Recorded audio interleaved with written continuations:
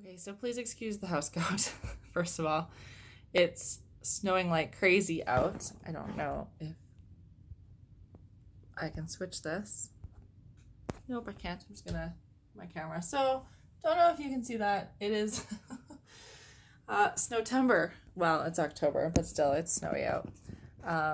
And there was no fall. So here I am sitting here in a house coat trying to stay warm after being in the Northwest today at the foothills for an EMS symposium. I got an opportunity to chat with a really good friend and coworker there, and I confided with her about my appointment tomorrow, which, by the way, is my ultrasound. It's my baseline ultrasound. I get to pick up all my medications, which I'm not very excited about because I've heard how expensive they are, $3,000 to $8,000 actually. And that's just the medications alone. That doesn't include any of the IVF treatment.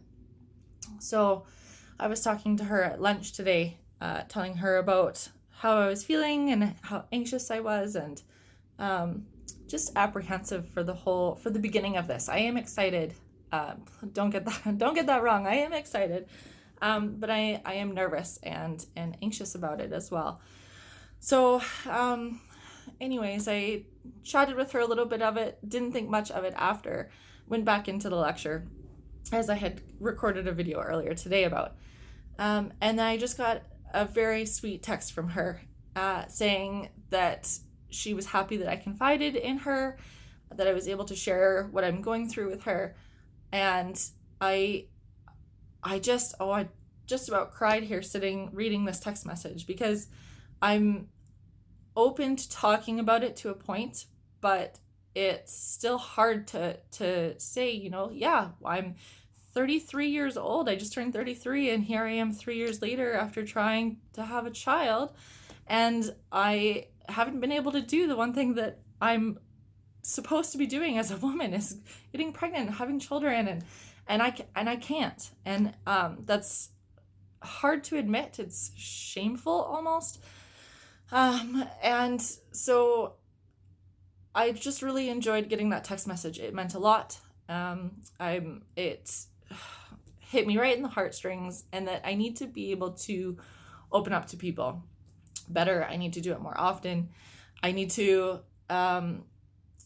take comfort in the fact that I am not alone. A lot of people that I talk to have said, oh yeah, that's how I got my daughter, was through IVF, or yeah, we struggled with infertility for 2 years before getting pregnant, or yeah, I had to be on 3 months of Clomid before. All different stories, but they're all the same in the fact that someone has struggled with some version of infertility, whatever their journey is.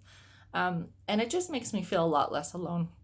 So that's kind of part of why I'm doing this right now. I'm recording these videos, and I may never do anything with them, but if I do decide to share them, it's because I want to reach out to people. I want to try to be more open to share my journey, because I'm really starting to realize as I go forward into IVF that I am really not alone in this. The stats in Canada are 1 in 6, which is huge.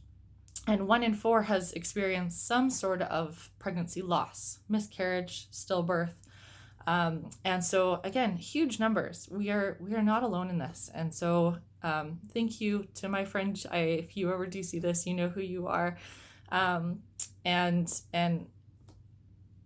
I really appreciate everything that my family and friends have done, and that support that I'm getting. Anyways, I'm going to go back to what I was doing, bundling up in my jammies and watching this terrible weather. Yikes. Okay, bye. Okay, it's me again. But as I got back to my banking, of course, I had a little furry monster come and visit me, and I thought I'd introduce her. This is Smudge.